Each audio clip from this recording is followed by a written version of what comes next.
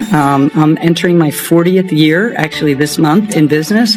Never been a quitter, never shied away from tough situations. I think leadership, the cream always rises to the top, and I've always been someone who believes in the fact that if there's things we need to fix, we're going to fix them. If there are things the players have a perspective on that they don't like that we're doing or I'm doing, we'll fix them, Malika. So I think there's a point in time when obviously there's a lot of, and I said emotion, passion, whatever you want to call it, about what's going on right now. The league has grown enormously over the last. This room didn't just shift, it shattered. Phones went silent, executives froze, and one name detonated the entire league: Caitlin Clark. If you're watching this unravel in real time, hit like and stay locked in, because this story is accelerating fast. It began quietly too. Quietly, a single report, then another, then a third source confirming the same thing behind closed doors. The WNBA's top office is under pressure like never before. And it's all happening at the exact moment Caitlin Clark's Nike partnership skyrockets to a whole new level. Clear that we're misaligned currently on what our stakeholders want from officiating.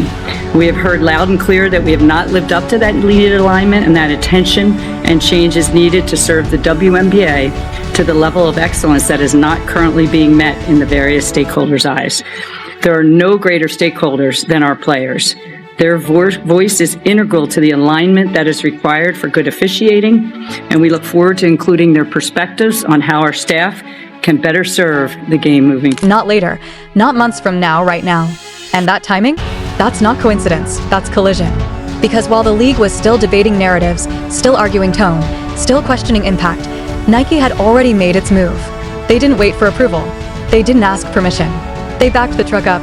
A new wave of Caitlin Clark branding hits the market, and the reaction is instantaneous. Sellouts, spikes, global reach. Numbers that don't whisper, they humiliate anyone who doubted them. Inside league circles, sources say the mood flipped overnight. What was once control became sheer panic. To the end of the season, and then into the end of this calendar year. So yeah, we'll dialogue with players. I mean, one-on-one relationships, groups of relationships.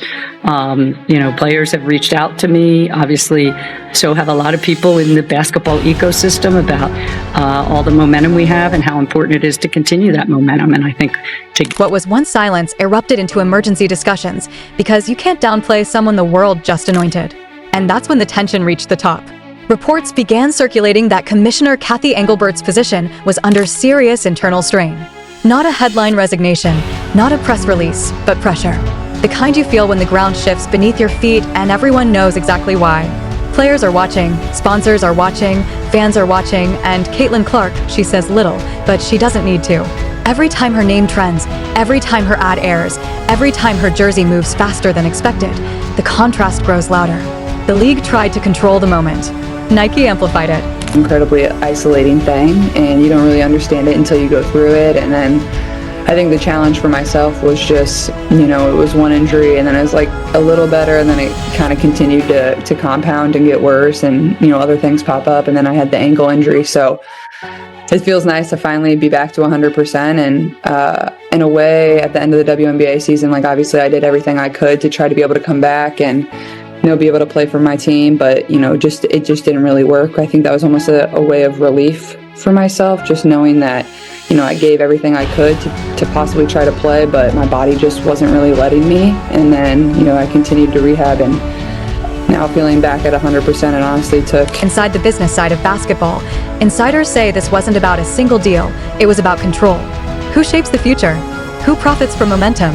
And who misread the moment so catastrophically it can't be undone? And here's where it gets uncomfortable. Sources say there were meetings, closed doors, tense phrasing, words like grateful, platform, and timing floating around. The kind of language that never lands when the numbers tell a different story. Because Caitlin Clark didn't just draw attention, she wielded leverage. And leverage changes everything. Nike didn't just reaffirm belief, they doubled down, expanded campaigns. Long-term alignment, global positioning. This wasn't a gamble, it was a verdict. And when the biggest brand in sports decides who matters most, the rest of the ecosystem has to adjust or fracture. That's why this moment feels different. Not noisy, not chaotic, just weighty. Fans noticed first. The tone shifted. Conversations pivoted. The question stopped being, is she the face, and became, why did anyone resist this?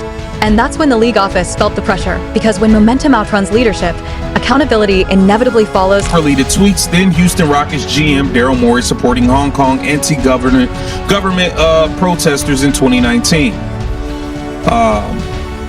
It says the WNBA has recently denied that its commissioner Kathy Engelbert will resign once a new CBA is reached. The threat of players striking to secure a better deal still remains. The possibility of both the NBA and WNBA playing games in China come as the former doubles down on its commitment to the country through a new multi-year partnership with the Chinese Basketball Association. This collaboration is a continuation of our long-term efforts to elevate the game of basketball in China at all levels. We look forward to strengthening our collective commitment to developing the next generation of NBA, WNBA players from China. Reports say Engelbert has been evaluating next steps. That phrase matters. It's not confirmation, but it's not nothing. It's what happens when pressure piles in from every angle. Players, partners, public scrutiny, and at the center of it all is Caitlin Clark. Not campaigning, not responding, not arguing, just seizing the moment. Every era has a tipping point. A moment when resistance looks foolish in hindsight. This feels like one of those. Nike didn't ask who was comfortable. They asked who moved the needle. And once that answer became undeniable, everything else started trembling. So no, this isn't just about a commissioner. It's not just about a contract. And it's definitely not just about one player. This is what happens when the future arrives early and the system isn't ready. Because whether the league admits it today or months from now, the truth is already clear. Caitlin Clark isn't asking for space. She owns it and the aftermath. And we're watching it unfold.